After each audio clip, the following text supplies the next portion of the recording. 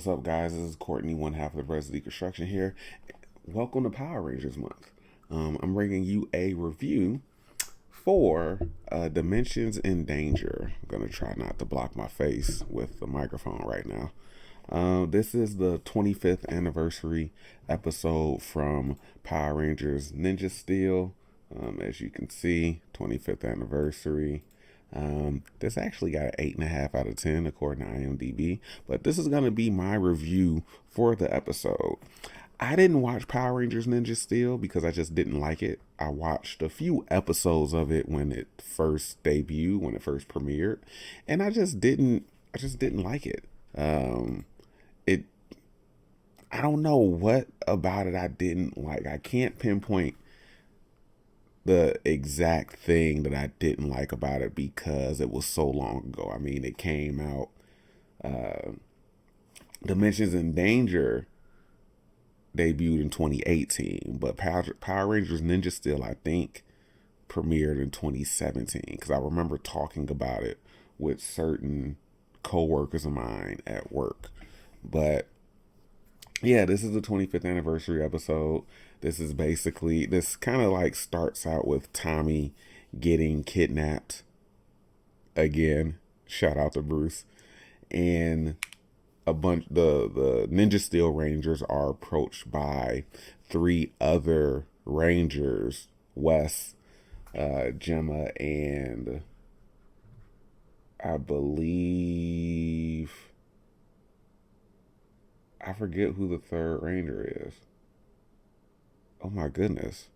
I just watched this episode and I already don't remember who the third Ranger is. But it's weird. They came through like a portal and they had cloaks on and then they revealed themselves. But I know it was Wes and Gemma. Overall, I mean, this is a typical like Power Ranger modern Power Rangers episode. A lot of the effects are yikes, are really really shoddy. Overall, the acting is typical Power Rangers acting. It's not really all that great, but the story to me is the issue that I have with the episode. It starts out with Tommy getting kidnapped. Wes and these other Rangers come by and tell the Ninja Steel Rangers, hey, we have Rangers disappearing in different dimensions. It was Coda. It was Wes, Gemma, and Coda, which is hilarious because Yoshi, let me make sure I get their last name right. Yoshi Sudarso. Oh my goodness, I butchered that last name. Yoshi is the older brother of Peter, who's the Blue Ranger in Ninja Steel. Yoshi was the Blue Ranger in the prior series, Dino Charge. I still remember at PMC when they revealed the cast and Yoshi found out his younger brother was a Power Ranger. It was actually a pretty cool moment. But those three come to the Ninja Steel Rangers and tell them Rangers have been disappearing from different dimensions. We got to figure out why, but we need to find Tommy. He hasn't been answering his communicator, so he might have been taken. Obviously, everybody knows Tommy is the most popular Ranger. I have my opinions on whether that's deserving or not, but we're not going to get into that. That's an entirely different video. But they start looking for them. The villain, Draven. Let's see if I can find this voice actor on here. Probably be best to show you guys. Yeah, so Sudarso, Peter. I thought I had this pulled up, but don't mind me. I'm still getting used to this setup. There are supposed to be some other whatever. So the villain is trying to break the dimensional barrier. He has three arrows that he has to shoot. I remember watching this around the time it debuted because it was an anniversary episode. It was a team up episode. So I wanted to check it out even though I wasn't watching Ninja Steel. At this point, this takes place in the second season of Ninja Steel, and that's when they were naming stuff Super whatever the name of the series was. So this was Super Ninja Steel, just like Super Dino Charge, Super Samurai, things like that, Super Mega Force. But I was like, oh, okay, it's good to see, Wes, Gemma. I mean, Coda was a recent Ranger, so it's not like there's a whole lot of nostalgia with that yet, I don't believe. But, they go to the fortress and they basically try to destroy the arrows. But there was a lot of story stuff that just confused me. Like early on, Tommy escapes, but I'm not entirely sure how. They say he uses the invisibility ability from Black Dino Charge, but like, at what point, how did you wake up? Because he said he came to. They don't know that the Black Dino. I don't know why I said Dino Charge. Dino Thunder. They don't know that the Black Dino Thunder Ranger can turn invisible, so I used that to get away. And then he kind of helped the group of Rangers at one point. But it was like, because they're cloning the Rangers that they captured. He's making a giant Ranger army to kind of take over and start invading other dimensions. But all the other Rangers that were captured were in like stasis tables, getting their heads scanned, and they were it was kind of like they were like put to sleep. But I just don't really. I wish there was like a video or something that was automatically playing. I would play the episode in the background, but I don't feel like going through any copyright issues.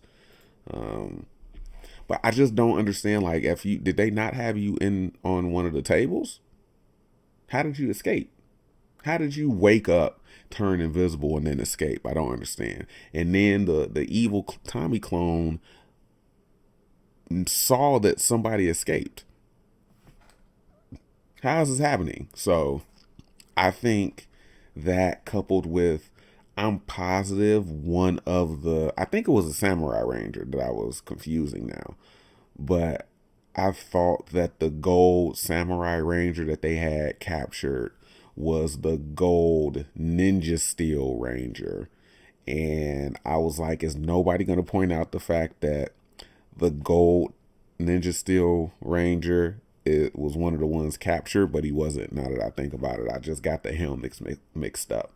But yeah, it was. I don't know. That's the main thing, and I know there's a bunch of issues that people have over the Master Morpher that Tommy has that really shouldn't be a thing. And he used the Dragon coin, the White Tiger coin. Basically, having a Master Morpher turns all the other powers of his into coins that he can morph with the Mighty Morpher, which is like weird, because why are you using that to morph into Red Zeo? Like, there's a whole morphing sequence for a reason with those powers. Did the same thing for I don't think we saw him morph into Black Dino Thunder. But anyway, this got an 8.5 on, as you guys can see. Let me try to zoom in on that. 8.5 out of 10 on IMDb. I don't agree with that at all. I would probably give this episode like a 4 or 5 out of 10.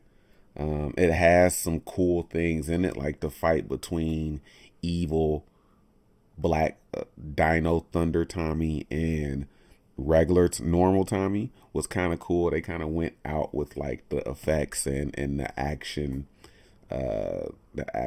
sequence with it. It wasn't any normal stunt work, but they kind of had him like floating around doing all this like spinning stuff. So I thought that was pretty cool. Again, it was cool seeing Wes, Cat. Nobody likes Rocky here, but it was cool seeing Wes, Cat, Rocky. Again, this is just one shot. That's another shot from him when he called on the Falcon Zord, which, that's another thing with the story.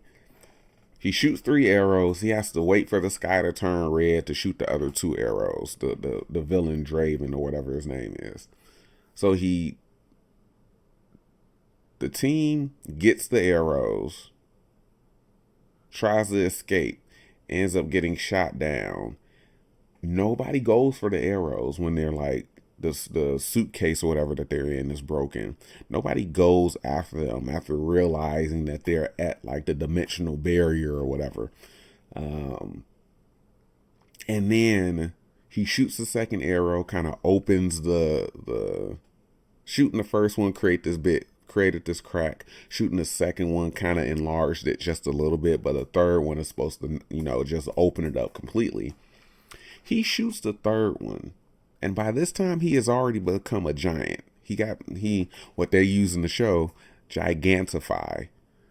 So they already made him a giant. They already enlarged him, right? Including the arrow that he was holding. He shoots the arrow. Tommy morphs from, I believe, Black Dino Thunder. No, I think he was green at this point. He morphs from green to white, calls on the Falcon Zord to jump in and go intercept the arrow after it's already been shot. I think at that point you're already a giant shooting an arrow at this interdimensional crack. It shouldn't take that long for the arrow to get there. And he did it in such a delayed manner. I really think that it would have been better off if, as he was winding up, or before he started like winding up, Tommy switched to white. He starts winding up, and then Tommy calls on the Falcon Zord. It comes by, swoops him up, and then as he's shooting it, then he goes up and goes to chase it. I think that would have been a little bit more compelling. It would have been a literal race to see if they can stop it, like in any movie where somebody's trying to stop a missile or something like that. But no, I think the way that they did it, the villain should have won in this episode, because he just took too long to actually go chasing after it. So overall, I didn't really like this episode. Again, I remember watching it at the time. Didn't like it then either, but I got to watch it again for this review for Power Rangers month. So enjoy my misery, guys. Anyway, I hope you guys enjoyed that review for Dimensions in Danger. I got another anniversary team up review for you guys coming up. Bruce has some coming as well. And go check out all the videos for Power Rangers month. This is the 30th anniversary of Power Rangers. It's still so crazy to say I'm 3 years older than Power Rangers, but I hope you guys enjoy. Check out the other Power Rangers month videos, and I'll catch up with you guys later.